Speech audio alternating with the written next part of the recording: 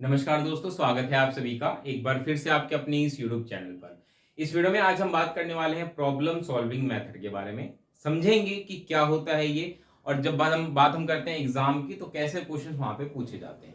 Video की शुरुआत करते हैं, और जैसा कि नाम ही सजेस्ट कर रहा है, प्रॉब्लम सॉल्विंग। इट मीन्स इस मेथड में हम जनरली क्या करते हैं कि बच्चों को पढ़ाते समय उनके सामने प्रॉब्लम्स रखते हैं और बच्चों को हम इंकरेज करते हैं, गाइड करते हैं कि कैसे आप उस प्रॉब्लम को सॉल्व कर सकते हैं। ये इसका साधारण सा अर्थ है।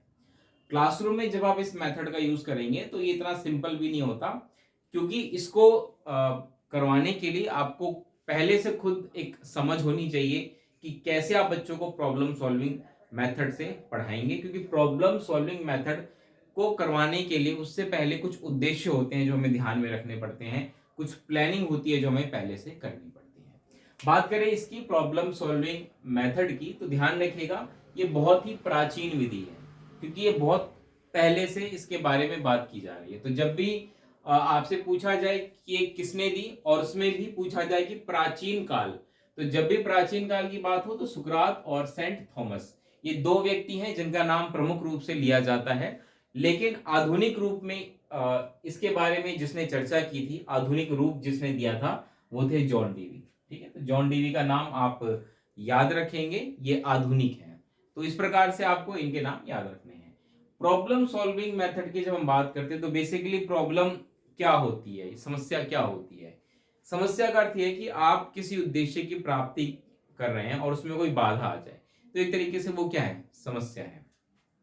इसको हम बहुत सारे एग्जाम्पल से ले सकते हैं। हमारे जीवन में बहुत सारी समस्याएं आती रहती हैं। आप जॉब लेना चाहते हैं लेकिन सीटेट एक बाधा है, तो सीटेट को पास करना आपके लिए इस समय एक बहुत बड़ी समस्या है।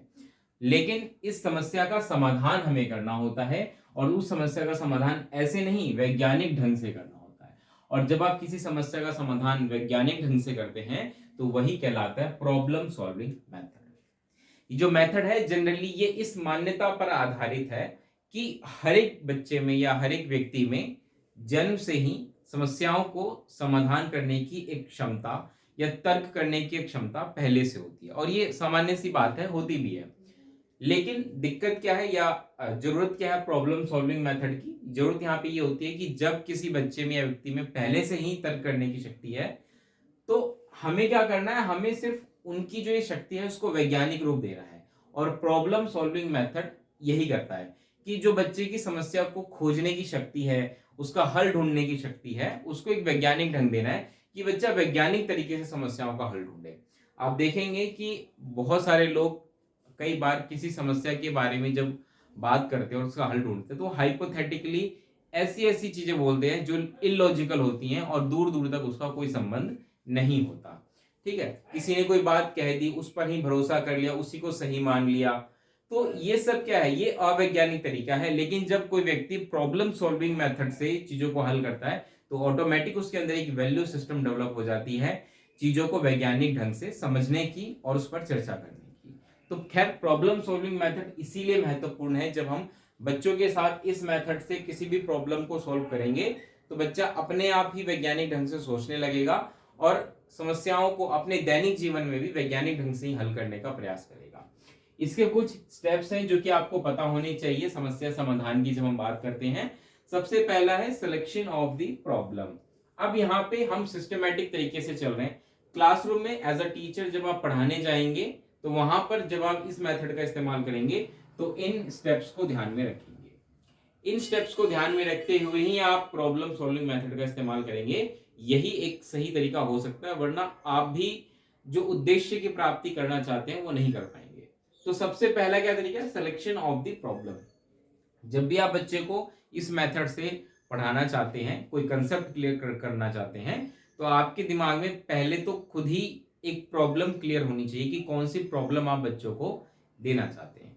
फॉर एग्जाम्पल, अगर हम बच्चों को एयर चैप्टर पढ़ा रहे हैं, मान लीजिए एयर का कंसेप्ट पढ़ा रहे हैं, साइंस का एक टॉपिक होता है एयर, वो पढ़ा रहे हैं, और उसमें भी आप ये बताना चाहते हैं कि क्या एयर में वजन होता है, वेट होता है या नहीं होता, क्या हवा में भार होता है या नहीं होता, ये आप बच्चों को बताना चाहते हैं। तो सबसे पहले आप तो एक प्रॉब्लम क्रिएट करेंगे बच्चों के सामने, तो आपको प्रॉब्लम क्या सिलेक्ट करना है कि क्या हवा में भार होती है या नहीं होती। ये एक सवाल है जिसका जवाब ढूंढना है और एक तरीके से प्रॉब्लम भी है। तो आपने क्या किया, सबसे पहले सिलेक्शन कर लिया प्रॉब्लम का। जब भी आप प्रॉब्लम का सिलेक्शन करेंगे तो आपको कुछ बातों का ध्यान रखना है, वो ये है कि जो प्रॉब्लम हो वो बच्चों की लेवल के अनुसार हो। अब ऐसा ना कि आप प्रॉब्लम इतनी ज्यादा डिफिकल्ट सोच लें कि बच्चा उसका हल ढूंढ ही ना पाए। अगर ऐसा हुआ तो बच्चे में फिर थोड़ी सी गिल्ट फीलिंग आ जाएगी, अपने आप को लेकर थोड़ा सा इंफीरियोरिटी कॉम्प्लेक्स आ जाएगा, तो वो चीज नहीं करनी है। जो प्रॉब्लम आप सिलेक्ट करेंगे, जो प्रॉब्लम आप बच्चों के सामने रखने जा रहे हैं, वो बहुत ही क्लियर होनी चाहिए, स्पष्ट होनी चाहिए। उसमें किसी तरह का भ्रम या दोष नहीं होना चाहिए। इन चीजों का आपको ध्यान रखना है। जब आप प्रॉब्लम को सिलेक्ट कर लेंगे तब अगला आता है प्रेजेंटेशन ऑफ द प्रॉब्लम।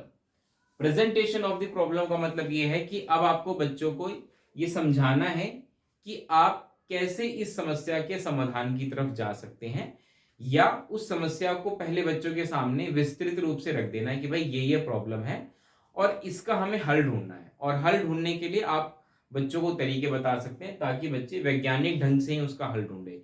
ऐसा ना कि बच्चों को पूरी स्वतंत्रता दे दी जाए, खैर देनी चाहिए, लेकिन इसका मतलब ये नहीं कि बच्चे, जो हमारा मूल उद्देश्य था प्रॉब्लम सॉल्विंग मेथड को इस्तेमाल करने का, ऐसा ना हो कि बच्चे उससे भटक जाएं। तो उस चीज को ध्यान में रखते हुए आपको प्रेजेंटेशन ऐसे देनी है उस प्रॉब्लम की कि बच्चों को पता हो कि भाई किस तरीके से मुझे इस प्रॉब्लम का सॉल्यूशन ढूंढना है।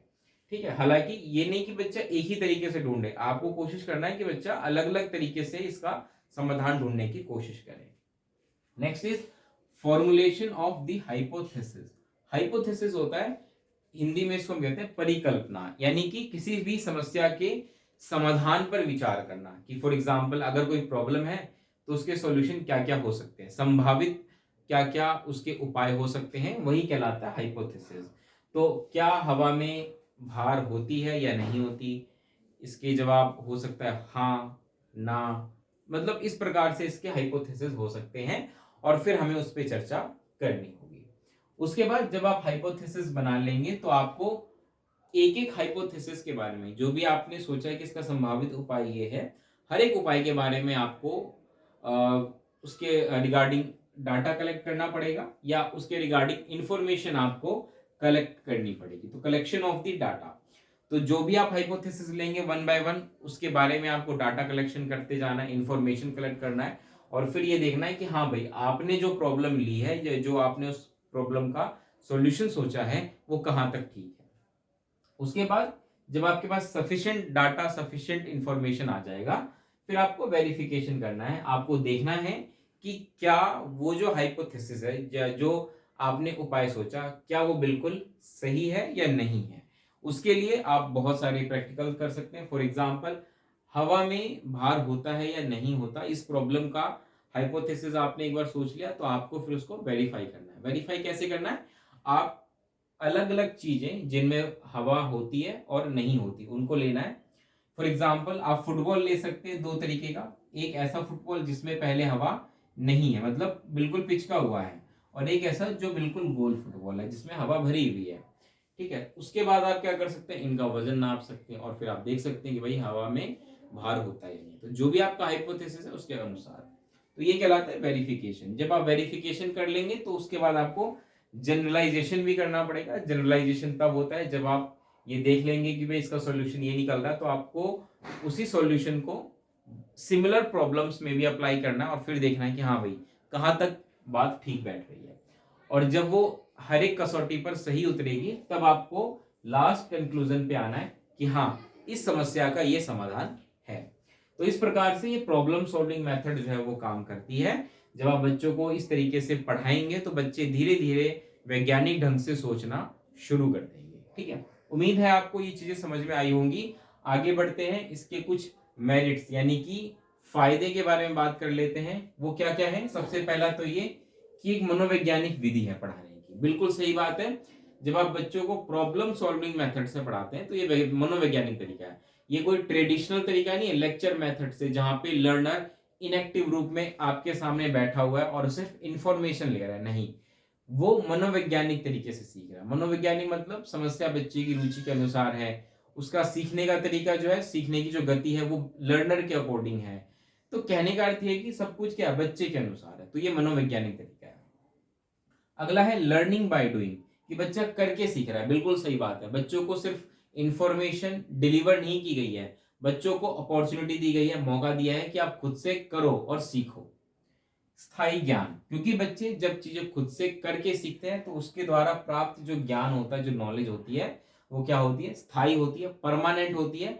और बच्चे को हो सकता है जीवन भर इस बात का ज्ञान रहे या समझ रहे कि हाँ भाई हवा में वजन होती है या जो भी है प्रॉब्लम, ठीक है। तो कहने का अर्थ यह है कि ज्ञान जो होता है वो क्या हो जाता है, स्थायी हो जाता है। अगला बाल केंद्रित विधि है। जैसा कि मैंने कहा, बिल्कुल बच्चे को ध्यान में रख करके इस विधि का पालन किया जाता है। ध्यान में रखा जाता है कि भाई जो प्रॉब्लम हम दे रहे हैं वो बच्चे के लेवल के अनुसार हो। बच्चों को समय दिया जाता है ताकि बच्चे अपनी गति से चीजों को करें। बच्चों को काम करने के अवसर दिए जाते हैं कि भाई बच्चे खुद से हाइपोथेसिस जो बना रहे हैं उसको वेरीफाई करें। तो कहने का अर्थ है पूरी तरीके से बाल केंद्रित विधि है। एक अध्यापक की भूमिका सिर्फ और सिर्फ एक फैसिलिटेटर के रूप में होती है, इससे ज्यादा नहीं होती। अगला है active participation through out the teaching learning process. बच्चा एक्टिवली पार्टिसिपेट करेगा। आप देखेंगे कि बच्चा जब खुद से प्रॉब्लम सॉल्व कर रहा होता है तो बच्चा एक्टिव रहता है, क्योंकि एक्टिव रहेगा तभी वो समस्या का समाधान ढूंढ पाएगा। सिक्स्थ जो है सबसे महत्वपूर्ण जो है वो है वैज्ञानिक दृष्टिकोण का विकास हम यहाँ पर बच्चों में कर सकते हैं। कैसे? बच्चों में क्रिएटिविटी भी डेवलप होगी, बच्चों में डाइवर्जेंट थिंकिंग आएगी, और ये सब बहुत महत्वपूर्ण होता है वैज्ञानिक दृष्टिकोण का विकास करने के लिए। क्योंकि बच्चे जब सोच रहे होंगे समाधान, किसी प्रॉब्लम का समाधान ढूंढने के लिए बच्चों को डाइवर्जेंट थिंकिंग करनी पड़ती है। डाइवर्जेंट थिंकिंग का अर्थ होता है कि आप किसी के बारे में कई प्रकार से सोच पा रहे हैं, वो कहलाता है डाइवर्जेंट थिंकिंग, ठीक है। आई होप आपको ये सारे मेरिट समझ में आ गए होंगे, लेकिन क्योंकि हर एक सिक्के के दो पहलू होते हैं, तो अगर इसके मेरिट्स हैं तो डीमेरिट्स भी जरूर होंगे। एक एक करके बात करते हैं। बहुत ही स्लो स्पीड ऑफ लर्निंग होती है। आप सोचे कि हाँ मैं भाई इस मेथड का इस्तेमाल करके सारे टॉपिक पढ़ा दूंगा, वो संभव नहीं है।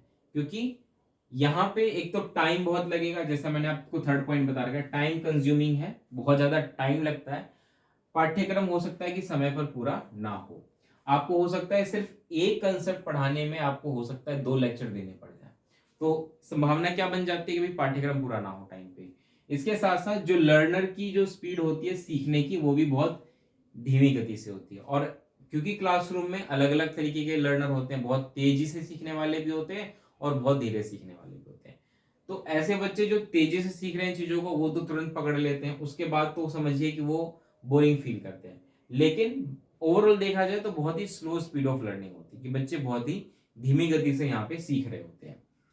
छोटी कक्षा के लिए अनुपयोगी है। अब छोटी कक्षा जैसे नर्सरी, केजी, पहली, दूसरी, इन कक्षाओं में अगर आप सोचे कि भाई हम इस तरीके से करें तो बच्चा नहीं कर पाएगा, क्योंकि बच्चे में अभी इतनी ज्यादा डाइवर्जेंट थिंकिंग नहीं आ पाती है।